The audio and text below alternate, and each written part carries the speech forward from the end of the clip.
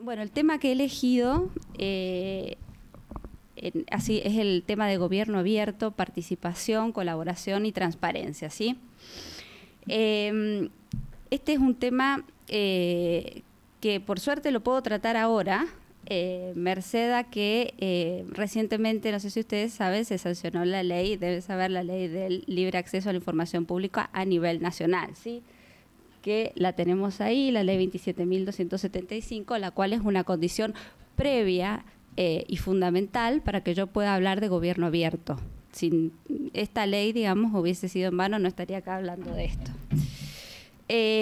Debo decir de que si bien hemos tardado mucho tiempo, muchos años en lograr de que se sancionara esta importantísima ley en nuestro país, de hecho éramos junto con Venezuela y Bolivia los únicos 3 países que quedaban en Latinoamérica para sancionar esta ley, digamos que logramos una ley que se adecua a los estándares internacionales y una ley muy muy buena porque como sujetos obligados no solamente se encuentra el Poder Ejecutivo, el Legislativo, sino también el Poder Judicial, también los partidos políticos, también los gremios. Es decir, es una ley que es muy rica, muy extensa, que le da la posibilidad a los individuos, inclusive sin la necesidad de tener que identificarse, de realizar pedidos de información pública a cualquiera de estos organismos,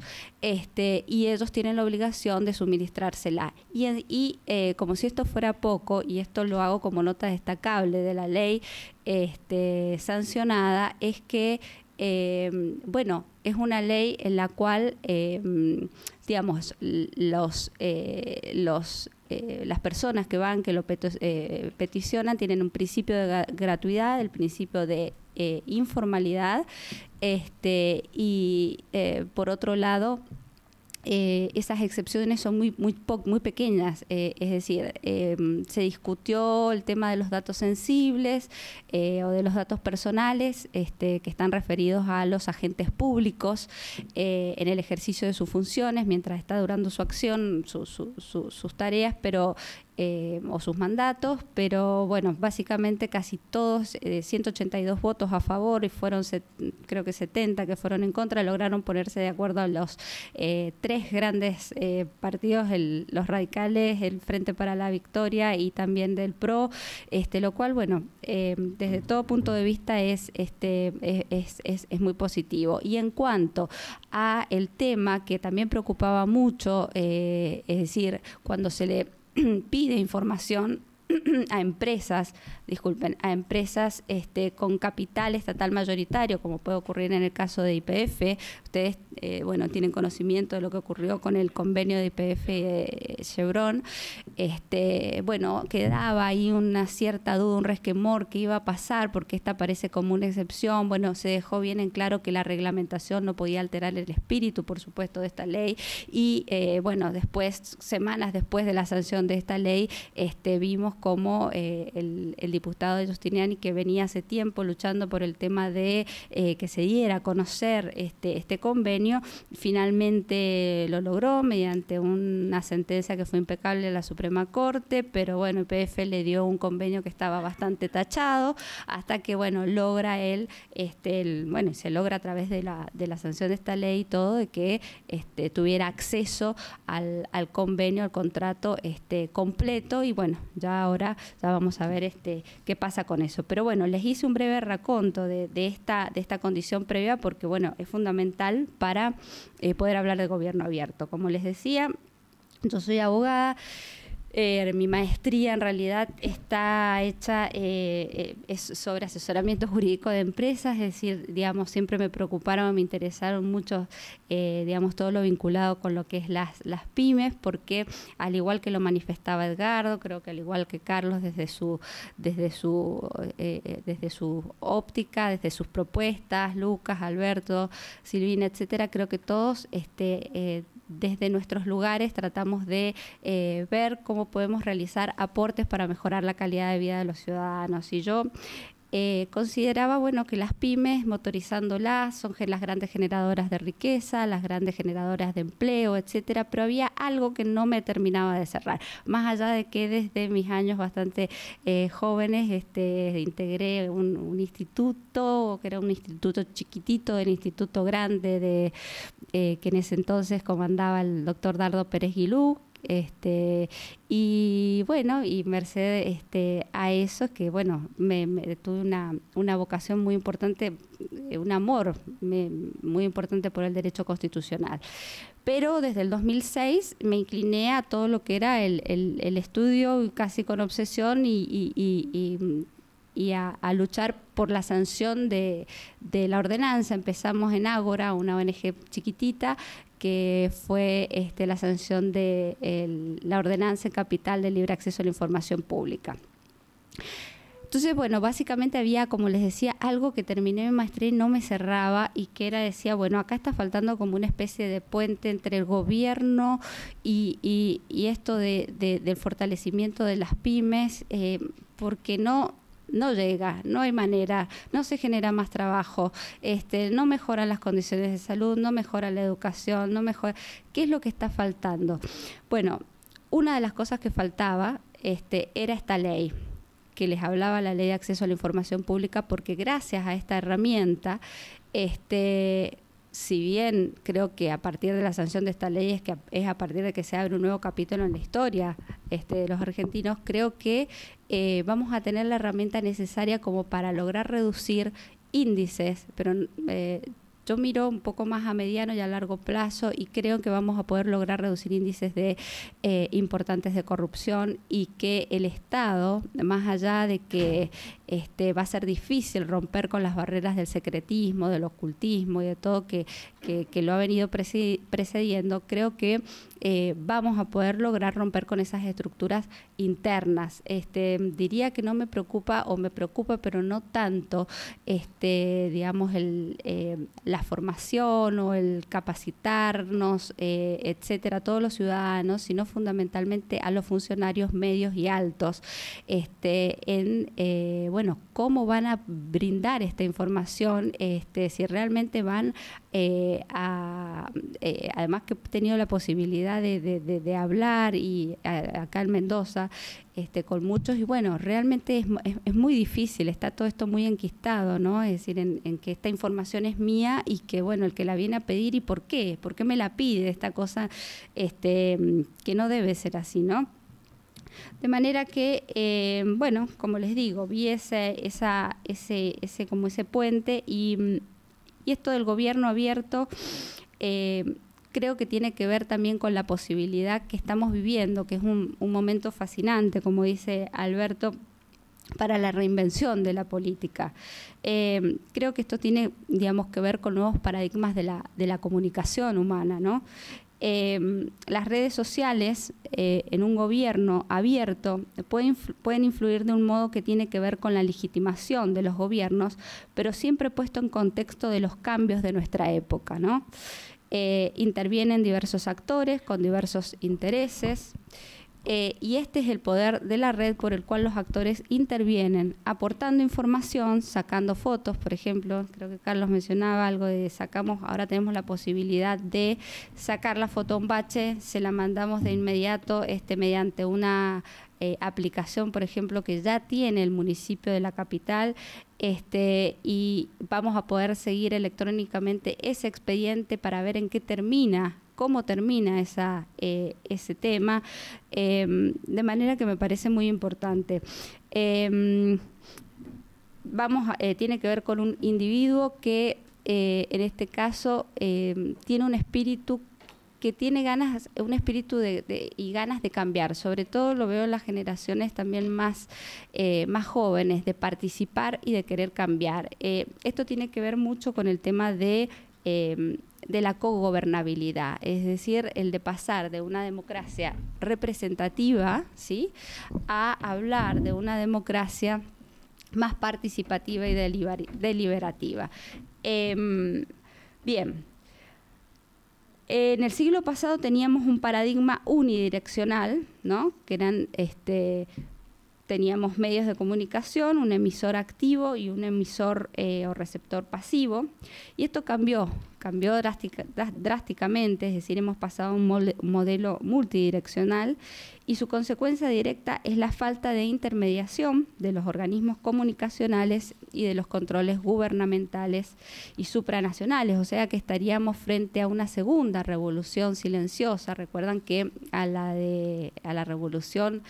primera revolución silenciosa, que fue con la invención de la imprenta del año 1440, bueno, con esta se produce la democratización del conocimiento.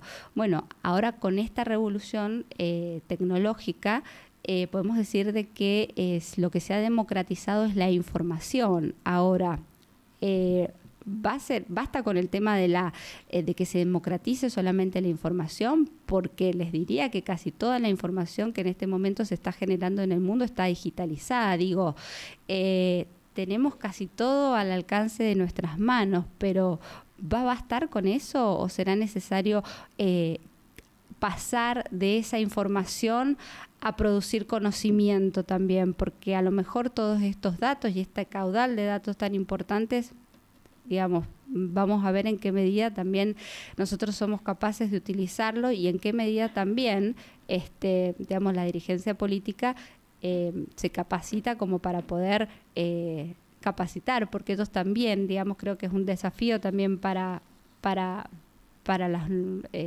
dirigencias políticas actuales. Bien, toda la información, como decíamos, está digitalizada, y recordemos, por ejemplo, lo que pasó. Esto ya es un tema de gobierno abierto que viene en Estados Unidos desde el año 2009-2010. Quien fue su precursor fue Obama.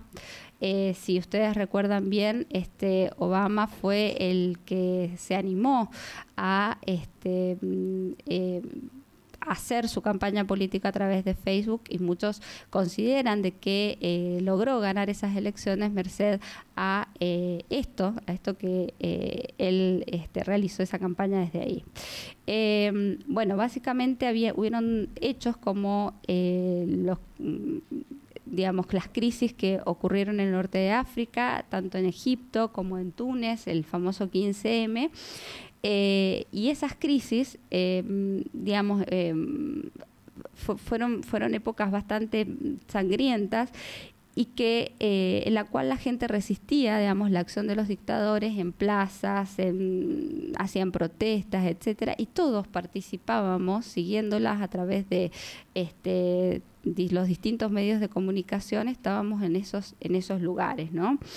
¿Qué quiero decir con esto? Lo que quiero decir es que toda esta, digamos, participación, todas estas protestas, todas estas luchas de masas que se han dado, han venido a agrietar el muro de la apatía y de la resignación que venía avanzando en el mundo, digamos, no solamente acá en nuestro país.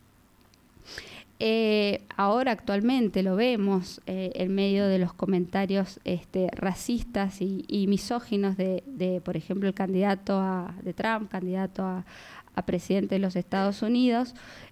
También lo podemos ver, como, por ejemplo, con grandes crisis humanitarias como la de Alepo, que la diplomacia no ha logrado resolver, y después de los resultados de los plebiscitos del Brexit, así como también del resultado del proceso de paz en Colombia, tal vez debamos considerar a la democracia más que comer o que curar o que educar, necesita innovar. Un poco esto es lo que nosotros planteamos, lo que queremos plantear también desde este espacio. Y algo de eso ya está pasando. Por ejemplo, en Argentina se ha podido discutir el tema de la reforma electoral, por ejemplo, pero una combinación de cientistas, políticos, desarrolladores de software y cultores de la innovación está pensando cómo actualizar la democracia a la manera de una app que podría funcionar mucho mejor. Básicamente, cuando hablamos de gobierno abierto, decimos que es una doctrina que surge a partir de la adopción de la filosofía del movimiento al software libre, a los principios de la democracia, en la cual tiene como objetivo que la ciudadanía colabore con la creación y la mejora de los servicios públicos y con el robustecimiento de la transparencia y de la rendición de cuentas. Esto lo ha señalado Cristóbal López a esta definición. Este concepto surgió a finales de los 70 en Inglaterra. El objetivo principal en ese momento era reclamar la apertura del gobierno y de la participación ciudadana frente al secretismo, este secretismo del que nosotros hablamos, utilizándose el término de Open Government.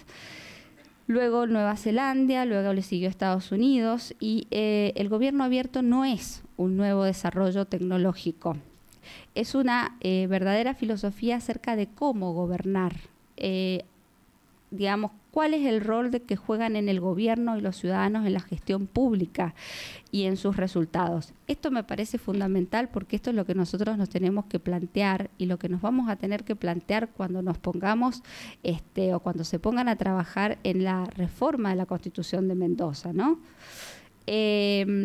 El razonamiento del que se parte puede interpretarse en términos de los supuestos implícitos sobre los que se basa la novedosa fórmula de vinculación entre el Estado y la sociedad. En esencia, quienes propiciamos su adopción consideramos que la tecnología disponible permite una fluida comunicación e interacción de doble vía entre el gobierno y la ciudadanía. 2, el gobierno debe abrir esos canales de diálogo e interacción con los ciudadanos para aprovechar su potencial.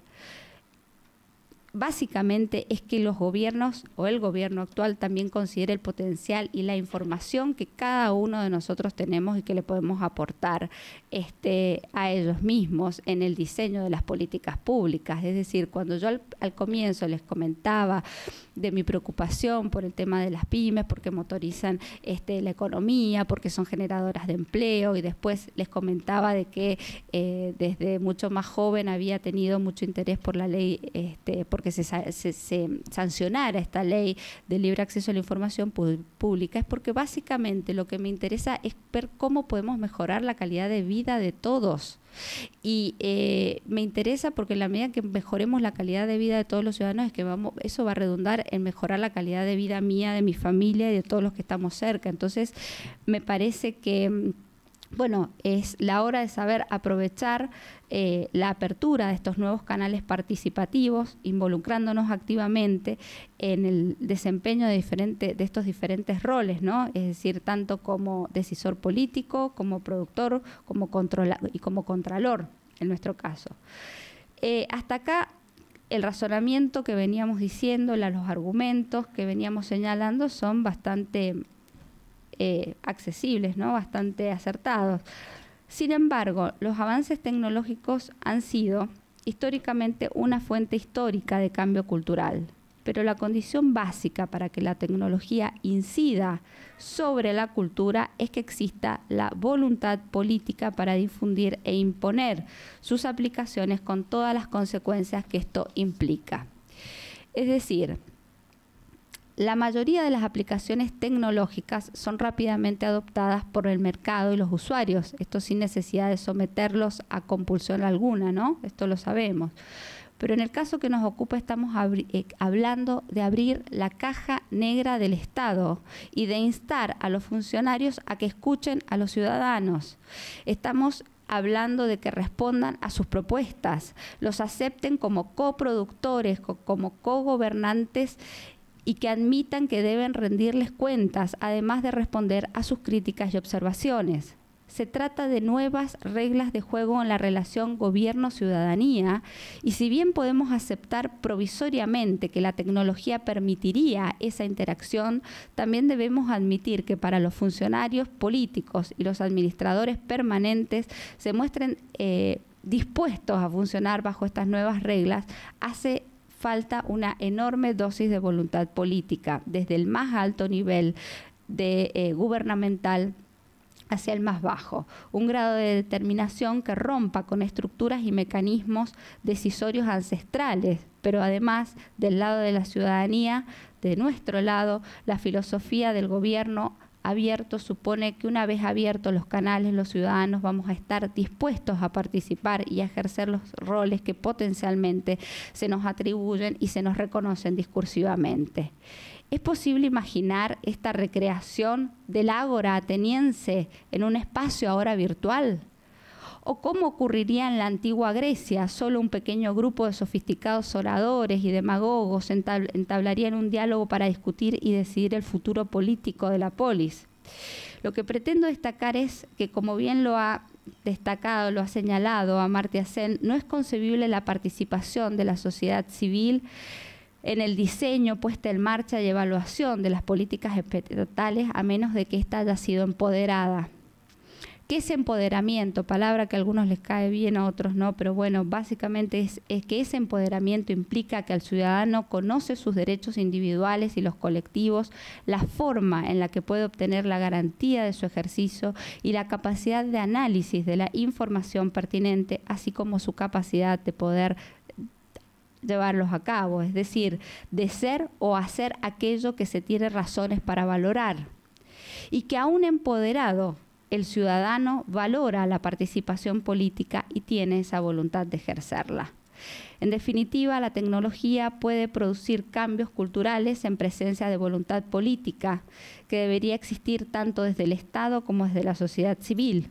Por lo tanto, si se ejerce en todos los planos necesarios como para eliminar o reducir las distintas asimetrías y resistencias comentadas, es posible que una acción sistemática y perseverante del máximo nivel político podría llegar a instalarse como algo habitual en la práctica ciudadana, de modo que la cultura reflejada en esas prácticas podría llegar a modificar la política. Pero para eso es necesario pasar, como decíamos antes, de la información al conocimiento.